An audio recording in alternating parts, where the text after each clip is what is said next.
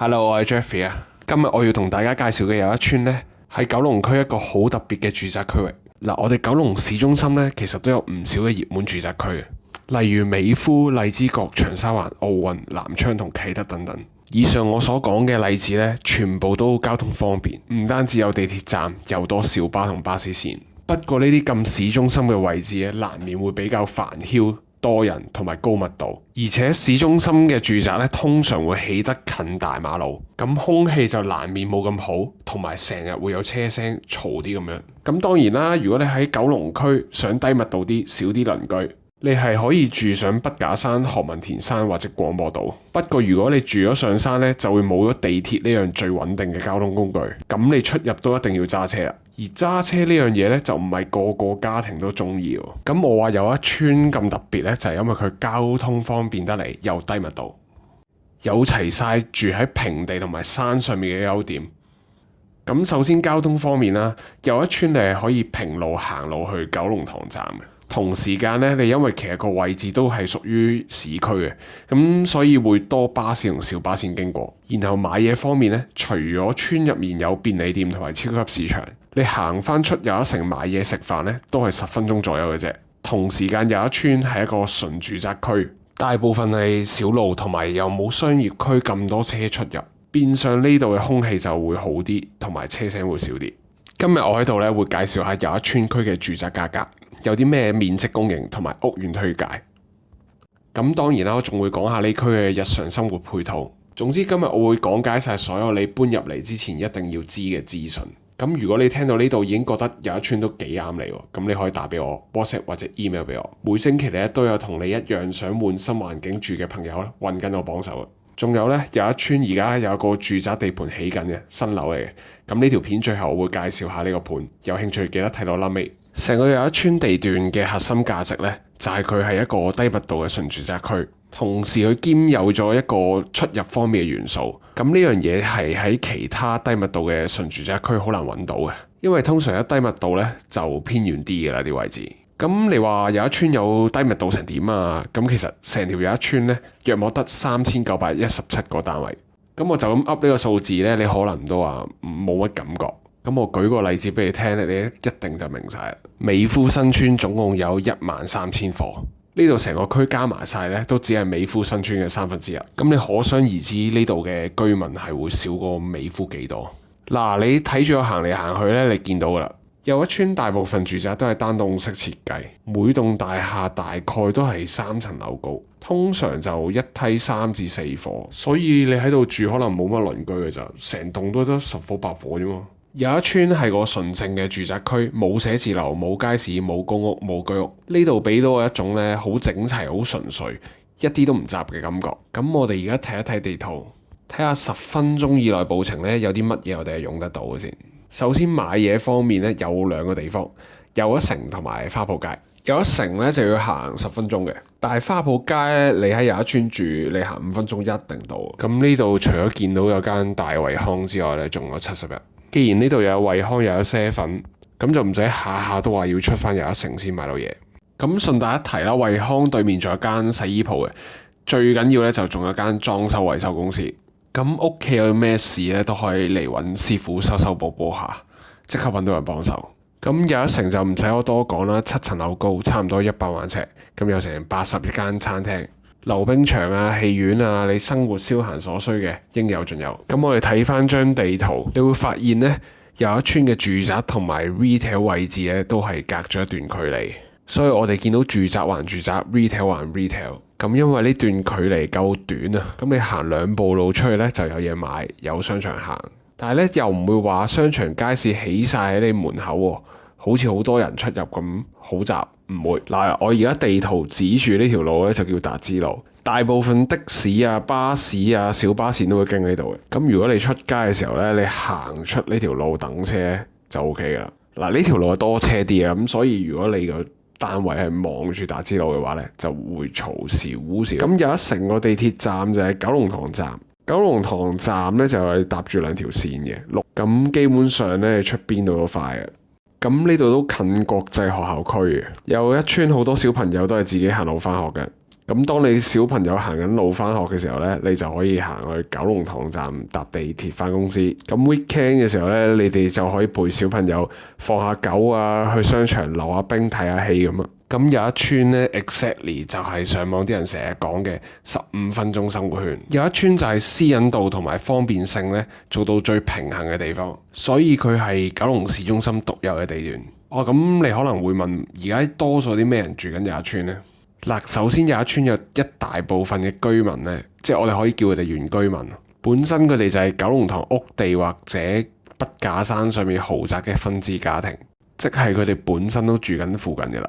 另外呢，其實有一村一直嘅成交價呢，都係好接近區外其他嘅新樓嘅，所以搬得入嚟呢邊嘅新家庭呢，都一定係 value 緊居住環境多於樓齡嘅家庭，即係佢寧願住舊啲，但係我要個環境好啲。通常呢種家庭呢，尤其是個爸爸，佢哋一定呢係唔中意去太多人嘅地方，佢哋中意靜靜地啊。所以呢，如果你搬咗入嚟有一村，你可以放心。你唔會有啲咩鬧搞嘅鄰居，你啲鄰居多數都係一啲會尊重人私隱、生活到好似日本人咁嘅家庭。呢啲係嚟自我呢個前線 agent 嘅親身經歷啊。咁有一村區嘅住宅呢，主要就分有 lift 同冇 lift 嘅。冇 lift 嗰啲呢，當然就要行樓梯啦。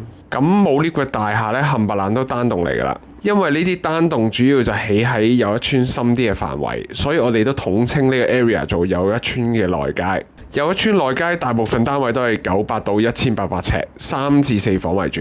咁當然啦，唔係個個都中意返屋企要行樓梯嘅。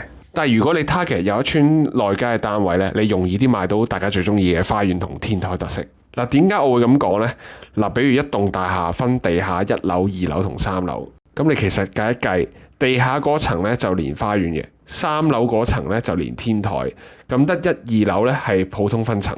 咁你咁計嘅話呢，每一棟有一半嘅單位都係特色單位，咁佢嘅供應呢係比市區任何一個地方都多嘅。你諗下，一個區有一半單位係特色單位，咁又一村屋苑就唔多嘅，得3棟，都係90年代初起好嘅。當然啦，全部都有電梯嘅。咁我哋而家見到呢一棟呢，就係入場門檻最低嘅有一居啦。呢度主要係2至3房主導啦，分32座，500到1000尺度。咁佢最熱門嘅就係600尺度嘅細3房，1000萬左右就買到噶啦。不過注意呢，呢度係唔俾養狗嘅。咁我哋再行呢，就見到桂麗新村分4座，主要供應就900到1300尺。成個有一村呢，得桂麗新村呢度有原則4房嘅。不過桂麗新村呢就少放盤，又因為間隔好，所以好受歡迎。所以呢度嘅單位都幾多人爭，尺價會比有一居貴，叫價通常係18,000蚊一尺左右。最後呢，就仲有分咗23座嘅有一村花園，呢度主要就分800同1500尺，仲有少量嘅 house，係暫時有面積最大單位嘅有一村屋苑。咁有一村花園呢，同桂麗新村一樣，均價起碼都係18,000蚊一尺噶啦。咁其實你可能會發現呢，喂，呢個價錢唔係同新10年嘅京士柏君怡峰一樣價？你講得冇錯，有一村係真係貴嘢嚟嘅。比如話有一村嘅屋苑啦，主要都係90年代建設嘅。但係咁多年呢，佢嘅成交價都係相等於何文田九龍塘區其他2000年代嘅樓，甚至乎呢係會貼近啲九龍全新盤嘅尺價。所以有一村不嬲都係賣緊佢嘅地段，即係你入得嚟有一村就唔可以嫌佢舊啦。好，咁 Jeffrey 你講到有一村咁正，咁有咩人係唔適合住有一村㗎？嗱，如果你係住慣咗自己屋苑呢，一搭 lift 落嚟就有齊會所、商場、地鐵嘅話呢，咁有一村你一定會住唔慣嘅。首先呢，有一村裏面屋苑嘅會所通常都唔大，同埋如果你要去買嘢搭車，最少都要行翻5至10分鐘出去。我明呢，就每個人生活節奏都唔同嘅，有啲人就慢啲，行少少路係唔緊要嘅。喂，但係有啲人係唔得嘅，一定要喂我一落街要乜都有。咁有一村呢，就唔啱嗰啲乜都要即刻有嗰種人咯。你問我呢，我覺得有一村已經係喺低密度同方便性之間呢取得個最平衡噶啦。即係行一條10分鐘舒服嘅平路步程去有一城，即係唔算好遠啦。咁除此之外呢，有一村本身就係冇乜新樓供應，最新嗰棟叫 Prime Rose 都係2000年嘅。所以如果你住慣新式屋苑嘅話呢，但係你又覺得有一村呢個地段 OK 喎，咁唔好意思，你有一村冇樓俾你揀。括弧之前因為咧，我今日有個好消息帶俾大家，就喺玫瑰街新世界喺玫瑰街已經起緊一個新屋苑，叫 Pavilia Rosa， 中文名叫奧韻啊。咁嗰度2027年咧就會起好俾大家搬入去噶啦。咁呢個係有一村近25年唯一一個新公營 Pavilia Rosa 奧韻嘅地址咧，就係玫瑰街23至34號。呢個地盤新世界收翻嚟，平均成17,000蚊一尺嘅，收咗好多年噶。咁你見啦，奧韻而家咧就仲起緊，官方咧就話27年嘅11月可以交樓噶啦。咁所以佢賣咧都係以樓花形式推售。咁奧韻呢個屋苑咧有成100伙，咁但係咧總共得20間1000尺嘅3房嘅啫，其他冚唪唥都係4房或以上，1300至2200尺。咁唔使我多講啦，呢個地段仲要新項目，級數定位咧就梗係低密度嘅超級豪宅。咁開會嘅時候咧，公司就傳話1600尺應該淨係賣4500萬嘅啫。咁到時開價我就會出片詳細講噶啦。希望到時候真係咁抵啊！咁我哋睇一睇奧韻隔離嘅 Prime Rose。咁呢一棟係2000年嘅舊樓嚟嘅單棟。咁 Prime Rose 咧就喺隻奧韻隔離啦。我哋研究 Prime Rose 嘅景觀咧，就可以知道奧韻嘅景觀係點噶。咁而家呢啲相咧就係 Prime Rose 高層影出嚟嘅。咁你見到隔離鄰舍大部分都係3-4層樓高啊，所以玫瑰街呢度如果你起得高嘅話，景觀係絕對開揚嘅。咁最後我會帶大家行一條捷徑嘅，咁由玫瑰街咧行呢條捷徑出翻達之路就好快，咁喺達之路咧穿過花圃街咧就可以行翻出又一城噶啦，咁啊非常之快。咁如果你對又一村有興趣嘅話咧，就記得可以打電話、WhatsApp 或者 email 揾我。咁我係 Jeffrey，多謝大家收睇。